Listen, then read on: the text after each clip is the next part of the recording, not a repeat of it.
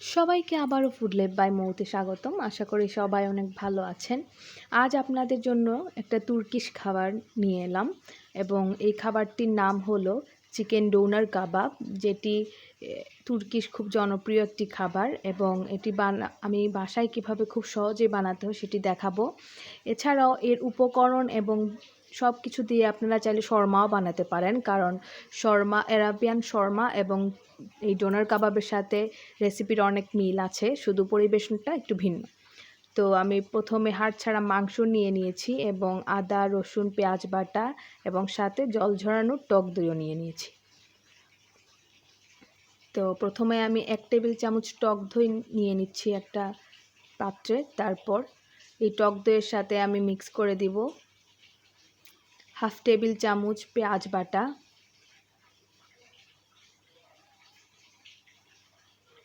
তারপর দিয়ে দিব 1/2 টেবিল চামচ রসুন বাটা এবং 1/2 টেবিল চামচ থেকে কিছুটা কম আদা বাটা, 1 চা চামচ জিরা গুঁড়া, 1/2 চা চামচ ধনিয়া গুঁড়া এবং 1 টেবিল চামচ মরিচ গুঁড়া।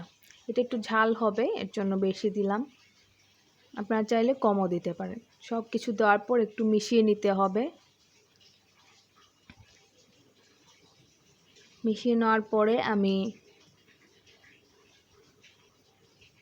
লবণটা অ্যাড করে দিব। আমি 1 চা চামচের মতো লবণ দিচ্ছি, আপনারা পরিমাণ বুঝে লবণটা অ্যাড করবেন।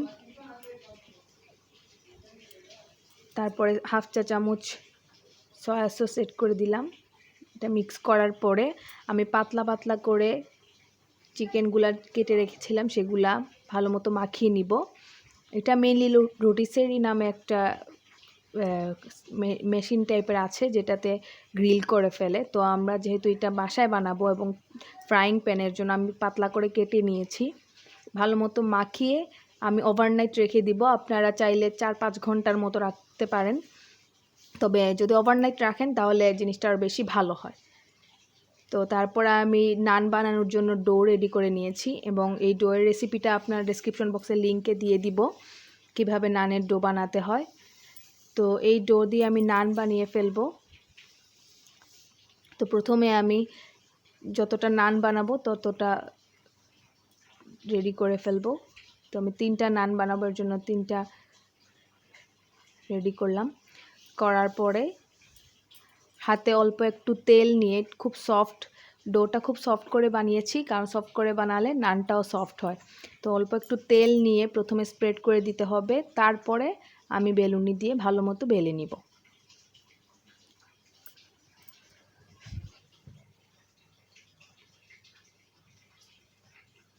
নর্মালি আমরা যেরকম পরোটা বানাই ঠিক এরকমই রাখবো এবং তারপর আমি ফ্রাইং প্যানে দিয়ে দিলাম। দেওয়ার পরে ঢেকে দিয়ে দিতে হবে এবং আঁচ থাকবে মিডিয়াম থেকেও কম। তারপর আবার ঢেকে দিতে হবে এক পাশে উল্টে গেলে। তারপরে যখন এক সাইড একটু ব্রাউন কালার হয়ে যাবে বা নানের যেরকম একটা কালার হয়ে গেলে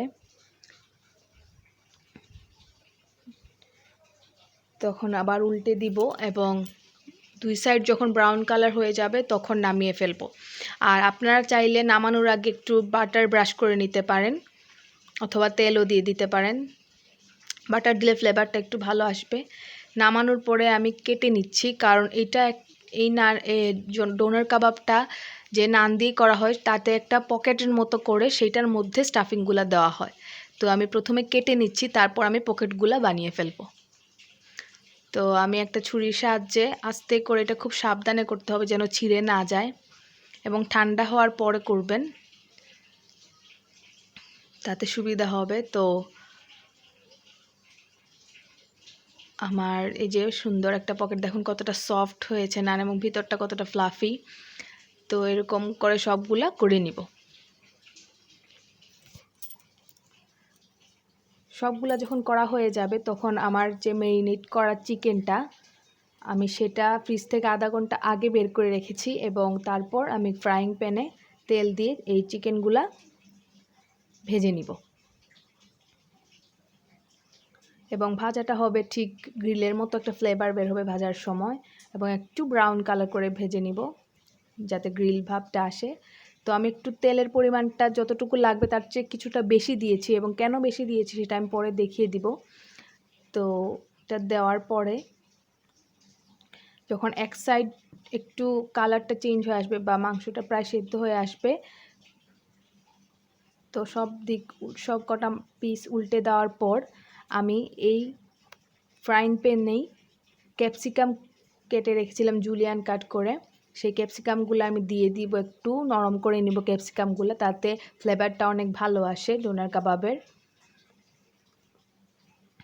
তো দিয়ে চিকেন পিসগুলো এবং ক্যাপসিকামগুলো সবগুলো ভালো করে ভেজে নেব। ঠিক এরকম যখন একটা কালার চলে আসবে, গ্রিলের মতো একটা কালার, তখন নামিয়ে ফেলবো এবং তেলগুলা ঝরিয়ে নিব ভালো মতো।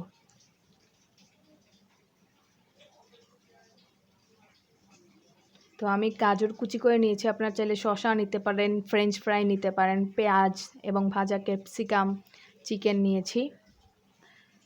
তারপর আমি চিকেনটাকে কুচি করে কেটে নিব। আপনারা চাইলে এটা নাও করতে পারেন, যেরকম আছে সেরকমই দিতে পারেন, তবে নর্মালি ওরা যে গ্রিলটা বানায় সেটা অনেক পাতলা পাতলা করে কেটে ডোনার কাবাবটাতে দেয়। তো এর জন্য আমি একটু চিকন চিকন করে কেটে নিচ্ছি। যদিও আমার চিকেনটাই পাতলা ছিল, তারপরেও আবার কেটে নিচ্ছি। আর যে তেলটা এক্সট্রা দিয়েছিলাম সেই তেলটা আমি নানের গায়ে লাগিয়ে নিচ্ছি। এটা ওনারা একটু করেন ফ্লেভারটা ভালো আসার জন্য, তো এর জন্যই আমি তেল একটু এক্সট্রা দিয়েছিলাম। তো সবগুলা তেল লাগানোর পরে আমি এখন এটাতে হোমমেড মেয়োনিজ, এটার লিঙ্কও আমি ডেসক্রিপশন বক্সে দিয়ে দিব। তো আমি সব কটার গায়ে এরকম মেয়োনিজ দিয়ে দিব যার যার পছন্দ অনুযায়ী। নর্মালি মেয়োনিজের সাথে ওনারা যতটুকু পরিমাণ মেয়োনিজ নেয় ততটুকু পরিমাণ টক দই ইউজ করে, তারপর মিক্সারটা করে সসটা ইউজ করে। কিন্তু আমার ব্যক্তিগতভাবে টক দইটা মেয়োনিজের সাথে আমার পছন্দ না, এর জন্য আমি জিনিসটা অ্যাভয়েড করছি। তবে আপনারা চাইলে টক দই এবং মেয়োনিজ সমপরিমাণ দিয়ে সসটাও বানাতে পারেন। তারপরে আমি ক্যাপসিকাম, গাজর, পেঁয়াজ এবং চিকেন সব কিছু দিয়ে, এই পর্যায়ে আপনারা ফ্রেঞ্চ ফ্রাইও ভেতরে দিতে পারেন, আবার সার্ভিং এর সময় সাইডেও দিতে পারেন, তবে আমি দিইনি। তো সব কিছু দিয়ে ভালো মতো অল্প একটু টমেটো সসও দিতে পারেন এবং মেয়োনিজটা আবার একটু দিয়ে দিব। দেওয়ার পরেই রেডি হয়ে গেল আমার চিকেন ডোনার কাবাব।